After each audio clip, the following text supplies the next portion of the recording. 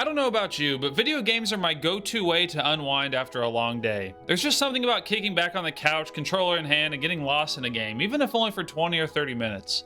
Of course, not all games are built for relaxation. To me, a truly relaxing game is something you can pick up and put down with ease. It's familiar, low pressure, and maybe even a little mindless. Just enough to help you de-stress without sucking you into some high-stakes emotional crisis or super intense boss battles. If you are looking for the quintessential relaxing game, do not play Peggle.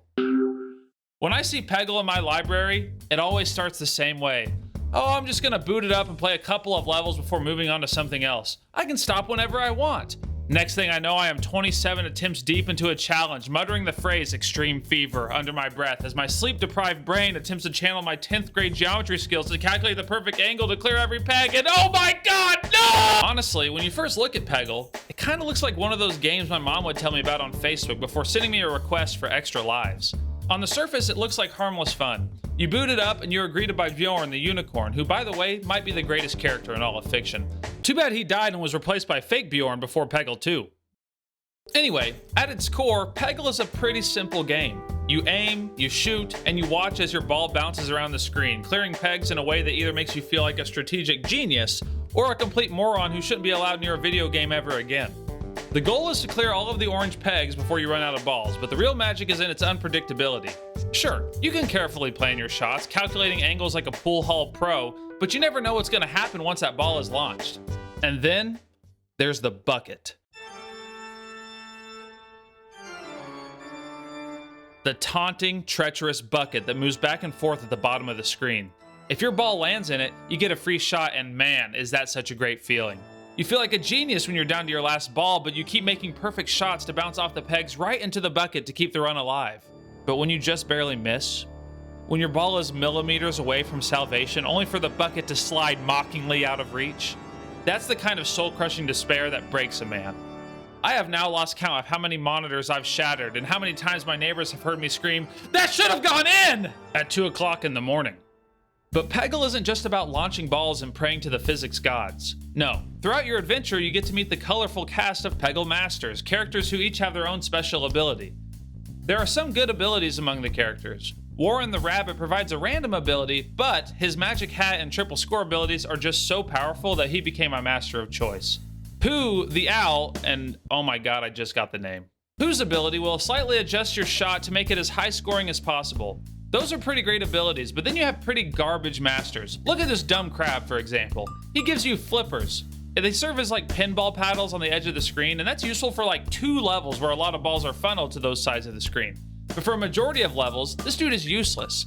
And then you have Jimmy Lightning, and his special ability is the multi-ball, which gives you the exhilarating experience of watching 2 balls miss the bucket instead of just 1. The other abilities fall somewhere in the middle, but once I unlocked the ability to choose my master, I never chose anyone but Warren. That dude is the GOAT. Well, Rabbit.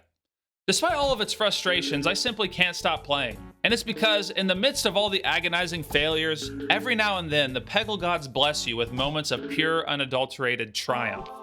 There's nothing quite like the rush of the slow-mo kicking in to watch your ball hit that final orange peg, and then boom! The screen explodes with fireworks, and Ode to Joy kicks in as you are hit with extreme fever. It's bombastic, ridiculous, and exactly what you have been craving after several attempts of missing those pegs by mere millimeters. There's also nothing better when luck finally turns in your favor, and you get a shot like this.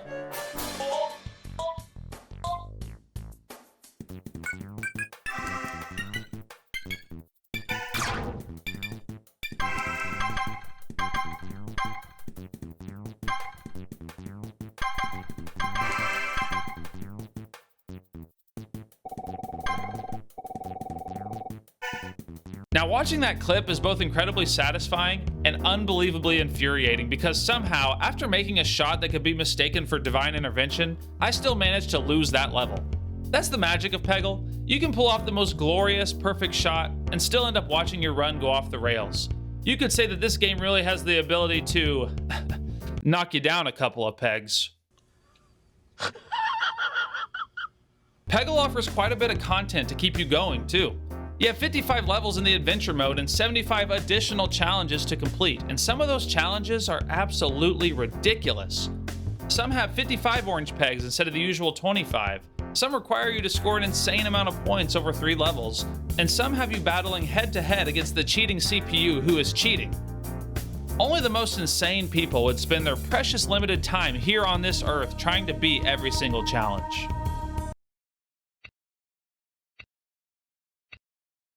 Oh God, what have I become? Upon reflection, I now see that my life is falling apart as I can't stop playing Peggle.